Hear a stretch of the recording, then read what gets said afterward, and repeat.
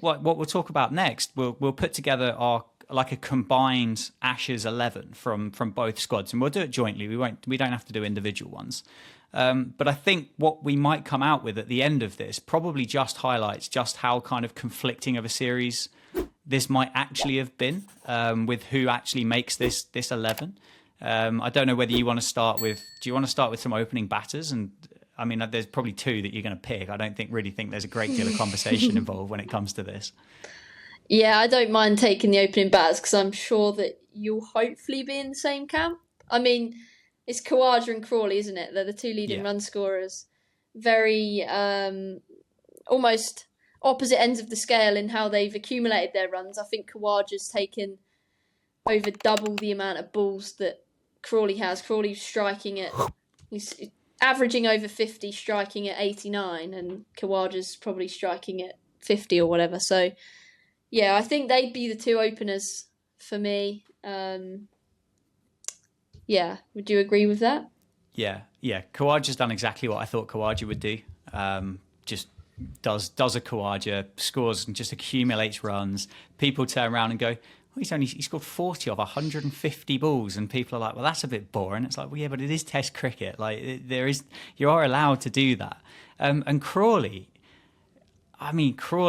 everybody, not everybody, a lot of people have been very critical of Zach Crawley over the last what feels like 4 or 5 years, and I think a lot of people have been quite right to be quite critical of Zach Crawley. If you'd have sat there in January 2023 and you'd have said Zach Crawley would be the second highest run scorer in the Ashes and would be clear of a lot of the other England batters, I think most people would have probably just laughed at you and asked you to leave the conversation. It's been the most remarkable series for a guy that's had calendar years where he's averaged single figures, where he's kind of had press conferences where he's kind of gone, well, the stats don't really matter. And all of a sudden, like after that massive 100, everyone just went, well, that's why we pick him. And you get it. Like everybody always knew it was there, but it just wasn't coming to the floor. But he's been remarkable. I think they've said he's taken like 7 from 7 slip catches as well. He's been rock solid, which sounds quite weird to say out loud. Yeah, absolutely right. He's scored more runs in this series than Alistair Cook or Andrew Strauss ever did in a home Ashes series, which sounds bizarre to say, but I mean, I know there's a big difference in probably the pitches that are produced and the pitches that he's played on, but ultimately he's gone and executed and backed himself.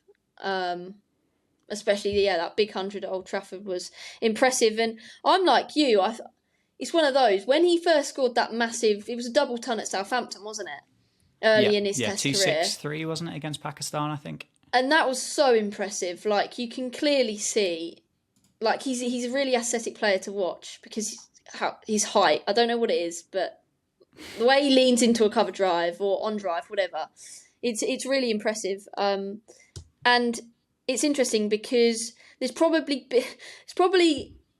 other professional cricketers that have played for England up and down the country thinking, well, I've had better stats than him and I've been dropped when I've been part of an England squad. But Brendan McCullum and Ben Stokes have backed Crawley to the hilt pretty much, and he's delivered in this Ashes series just on that. So I think it's almost Zach Crawley's made an example of what happens when you do invest in a player that's got the talent but hasn't necessarily always delivered. He's repaid them, no doubt, and probably cemented his place at the top of the order for a decent amount of time. You would think. So I mean, you got to give kudos to the bloke and fair play to standing up in probably the highest, most intense, pressured environment that an England Test player is ever going to have. I don't know if it's more intense to play at home or in Australia. Yeah, that'd be one for. We'll find out in a couple of years' time. But exactly. Number 3, I think there's probably only really one candidate for number 3 because England haven't really had one. Ollie Pope started there, didn't he? Moeen had a go. Stokes has had a go. Brooks had a go. I mean, Marnus has been the consistent theme throughout the whole thing. He's only scored 328 runs, like at an average of 33. Like, it's not been outstanding, but I'm struggling to come up with an argument for any of those England lads that would have had a go at 3. So I'm suggesting, I'm putting forward to you, Joe, that we have Marnus, Labuschagne at number 3. Yeah, if we're going on specific batting number position, we've got to pick him, haven't we, really? But I'll just think in my own mind's eye, would just have Root at 3. Just swap me numbers around, Root. He doesn't want to bat. He doesn't want to bat 3. I know. Joe, have you not been listening? But yeah, no. To be fair, Marnus, he looked in really good nick at Old Trafford, didn't he? Yeah. He was pretty dull in the first innings at the over. I think he scored 9 off 82 balls or something rogue. So not sure he's buying into our coaching philosophy if we were the coaches, but he's a good player, isn't he, Marnus? So I'm happy with him being at number 3. Yeah. Number 4. As Joe takes a swig of the... We need like a water sponsor. That'd be handy, wouldn't it? This is some Harrogate spring water that gets refreshed in my hotel fridge, just outlining my privileges that I've got. 4, yeah, well, I'm putting Root forward because I feel as though he's missed out on a couple of hundreds. That ball that he got at Old Trafford, no one's playing that one from Hazelwood that just kept stupidly low, and they were saying how good a ball it was from Todd Murphy in the first innings at the Oval, but that one kept just as low. Like, give the bloke a bit of the rub of the green, because he could quite easily be the leading run.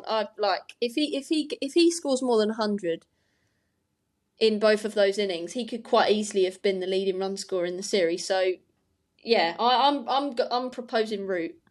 Yeah, I mean, him and Smith have both scored the same number of hundreds. I know Smith's still batting now. Root's averaging 12 more than he is as well. So it seems to me like a bit of a no-brainer. We'll get Root in at 4. Number 5. So that's between Harry Brook and Travis Head, isn't it? Now this one, I think there is a real kind of case for an argument, because if you look at just stats, Brook's on 363 and Head's on 350, so Head's currently not out as well. High scores of 85 and 77, averages of 40 and 39, strike rates of 78 and 71, 450s for Harry Brook, 350s for Travis Head. One started the series really well and has kind of tailed off a little bit, and the other one had that kind of flappy day at Lords and has then kind of really fought back after that.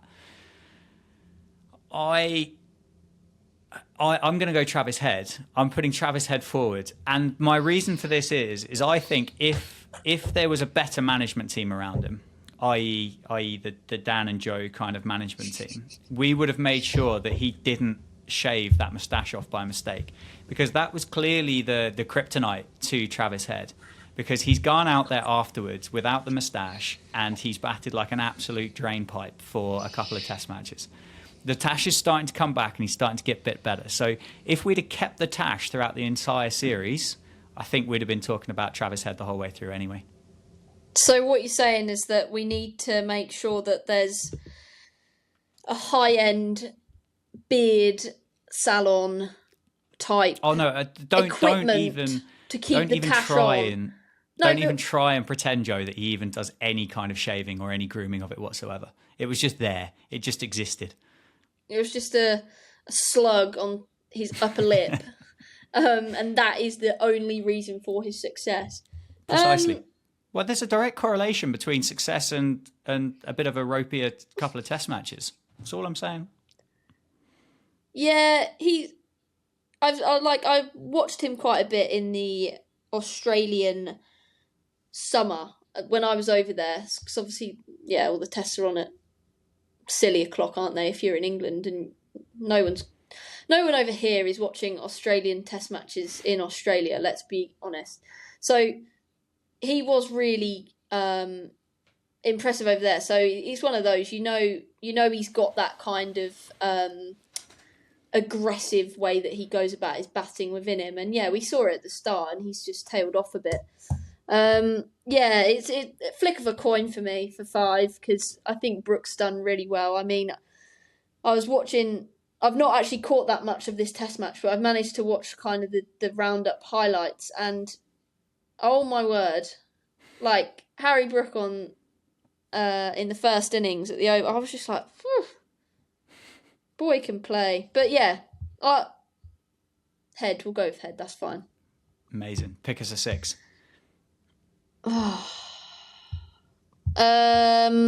Stokes. Yeah. Stokes, because Stokes, he has these moments, doesn't he? We've seen it. We saw it at Lord's. Like, only Stokes could have got England to that position that they were in, where they essentially could have won the Test match. I don't think Mitch Marsh or Cam Green, whoever has been at 6 for the Aussies, quite has that Ben Stokes aura about them. So for me, Stokes is our number 6. Yeah, I'm completely okay with that because as you say, I know if the chips are down, I'm sending out Stokes at 6 and we're going to win a Test match. Whereas I don't get that same vibe from the Bison, or certainly not Cam Green over the course of this series. Wicket keepers, I know you're going to be picking Bairstow, and I think that's because that is the most sensible thing to do. Excellent. I'm glad we could agree with that. I mean, you got to cut the bloke some slack coming back from that horrendous leg injury, and he's not kept for so long. So we'll just up his keeping training. Yeah, and sounds fair. We'll be great. Yeah, that'll do. Took a couple of good catches, but yeah, happy with Bairstow keeping wicket. I think bowlers, we can be a little bit more flexible with who goes where. So I think there's an argument that we probably do need a spinner, and then three pacers to go with it. So I don't know whether you want to open the kind of the bowling quartet with your choice as to one of those options. Yeah, easy. I'm going Mark Wood.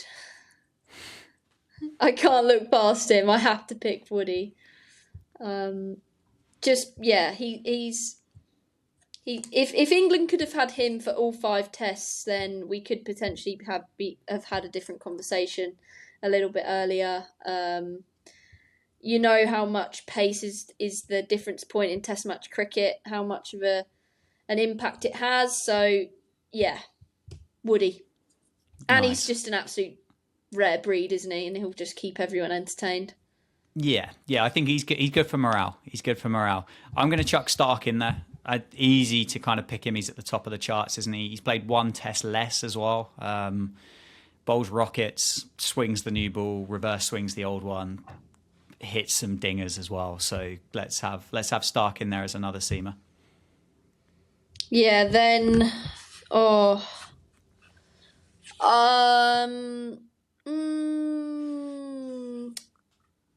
the spin option. I think I'm going to leave the spin option to you for the last one. So thanks very much. Appreciate it. That's because there isn't one. No, can we just bowl seamers and just produce non-turners? That would be great. I know what 2 I want to finish with, but I'm only going to say one of them. So yeah, I'll go with Pat Cummins. Oh, you've left out the main man, Stuart Broad. You've left out Broady, so now I mean, if I'm picking a spinner, I'm only going to pick Nathan Lyon, aren't I? Yeah. Like, he's played 2 matches, he's got 9 wickets, he's like an average of 30. He is one of, if not the best finger spinner in the world, or the best spinner in the world, because there aren't really any good wristies. Or do you go for Stuart Broad? Okay, maybe we need to have a debate about this. I was just feeling a bit bad because can Root bowl enough spin to get by without Nathan Lyon? But Nathan Lyon I know he's injured and probably can't stand up at the moment, but he's marginally better than Joe Root when it comes to bowling. He doesn't have a bouncer, but I think he's probably a better bowler, full stop. Yeah.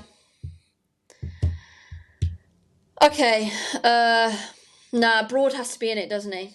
Sorry, That's my bad. I think I was just thinking too much of an Aussie head on because I don't think I'd actually contributed an Aussie. Oh no, I did contribute Khawaja.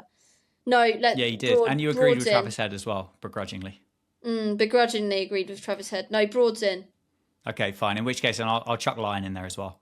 We'll assume that he's going to be fit. Because Todd Murphy's bowled lollipops, and I mean Moeen Ali's.